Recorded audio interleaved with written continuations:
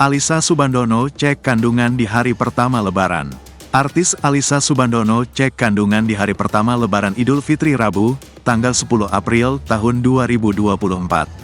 Sebab, istri Dude Harlino itu kehamilnya sudah mendekati 9 bulan.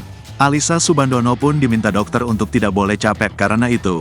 Dude Harlino dan Alyssa Soebandono memilih berlebaran di rumah saja.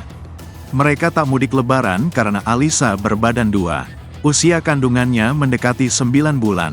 Persalinan anak ketiga ini diperkirakan paling cepat tanggal 27 April tahun 2024.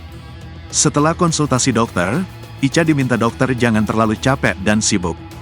Jadi kami memilih berlebaran di rumah saja, kata Dude Harlino ditemui bersama Alyssa Soebandono di kediamannya di kawasan Tebet, Jakarta Selatan, Kamis, tanggal 11 April tahun 2024. Lebaran pertama kami ke dokter cek segala macam. Diminta enggak boleh capek. Lebaran kali ini di rumah saja, sambungnya. Agar tetap merasakan momen kehangatan berlebaran, Dude dan Ica mengajak keluarga besar datang ke rumah. Sebab, Dude tak mau istrinya kelelahan karena bepergian. Pernah mudik ke Malang atau ke keluarga yang lain lah, muter aja. Tapi ya kali ini ngundang orang tua buat kumpul di rumah, ucap Dude Harlino.